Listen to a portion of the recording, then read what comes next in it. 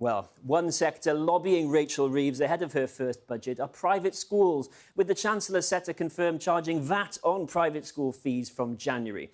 Our fact-check team has been analysing, will state schools be overwhelmed by an exodus of pupils priced out of private schooling, as many independent schools argue? Well, the Institute for Fiscal Studies forecast adding VAT could see 3 to 7% of private school pupils leave in the coming years. Let's look at secondaries, because most private school pupils are secondary age. Out of 152 English Council areas, we found 144 should have space if state secondaries had to find places for 7% of private school pupils next year.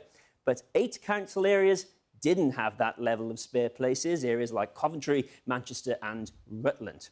Now, private schools themselves argue way more. Up to 25% of pupils could leave, according to a report commissioned by a group representing private schools.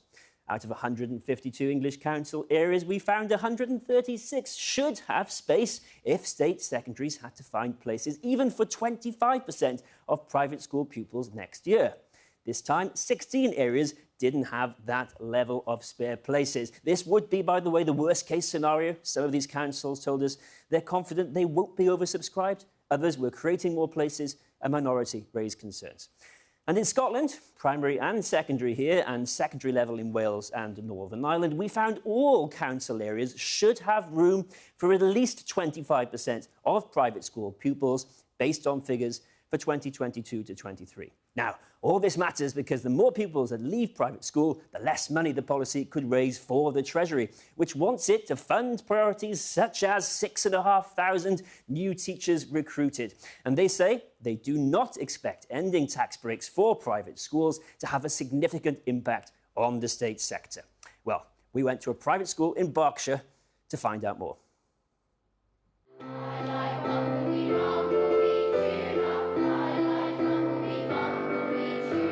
The green grounds of LVS Ascot, Berkshire.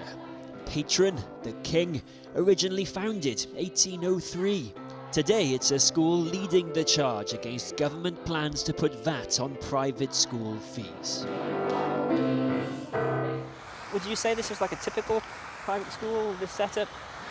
I think it's quite modest, actually. I think you see some independent schools have got vast more grounds than we have here. Principal Christine Cunniff is one of the policy's biggest critics. I think that, the state sector have struggles of their own. We know what they are, the funding and everything else. And the last thing anybody wants to do is actually impose more children on them when they're already under huge constraints. The fees here will rise in January. Take a senior day pupil per term. What will it be if you pass on all 20% of the VAT to parents? Be 8,856.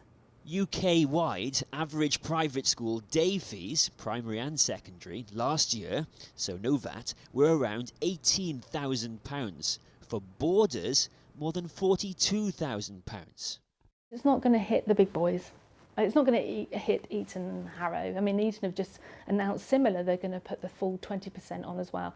It's going to hit the schools where parents they're not rich. Well, rich is a big scale, isn't it? I'd be wrong to say they're not rich, where there's a close divide about whether they can afford it or they can't do it. Facilities and grounds like this are clearly out of the reach of most parents. But the question is, how many of those parents who send their kids to these schools are going to give all this up because of the changes the government is determined to see through? Has there been an effect on demand already, or do you think it is still to come? So we started the year on 860 pupils, and today we're at 796, but we won't truly know until the first day of term. So that's about an 8% decrease. Yes. What our fact-check analysis also shows is that throughout the country, almost every single local authority could accommodate 25% of pupils coming from private schools. Overall, does that surprise you? I think with primary places, yeah, I could probably agree with that, but with secondary, I don't agree, especially in, I would say, particular hotspots. So, for example, Surrey, I think there is going to be an unprecedented demand on school places. He's my only child. He's, you know, we have a very special relationship. In Surrey, Suki is a self-employed data analyst and single mum to Timo, now 15, in his 3rd year at private school. He just wasn't getting the right support. He was getting in trouble a lot, and he's not that kind of child. So the investment has been not only on his education, but his mental health. Suki splits the school fees with her ex-husband and expects her share to go from £883 to around £1,000 a month after the VAT change in January. For that reason, she says, she's pulling Timo out of private school next year. My salary ranges per annum is quite wide. It can be anything from around £50,000 a year to £100,000. I feel like it's personal. You know, I live in very humble abode. I drive a really old car, and I'm doing all that so, you know, to give my son that sort of start in life that he sort of needs. You still accept that perhaps your earnings are more than millions of people in this country earn, and they would never be able to send their kid to private school. Yeah, I guess so. But yeah, I guess so. But I don't really see why I should be penalised for that, because I've worked really, really hard to get to where I am. The government's still consulting on the detail of the policy for a few more days. Christine has been in Westminster to lobby. The main body representing independent schools says it's concerned about what it calls a rushed January implementation.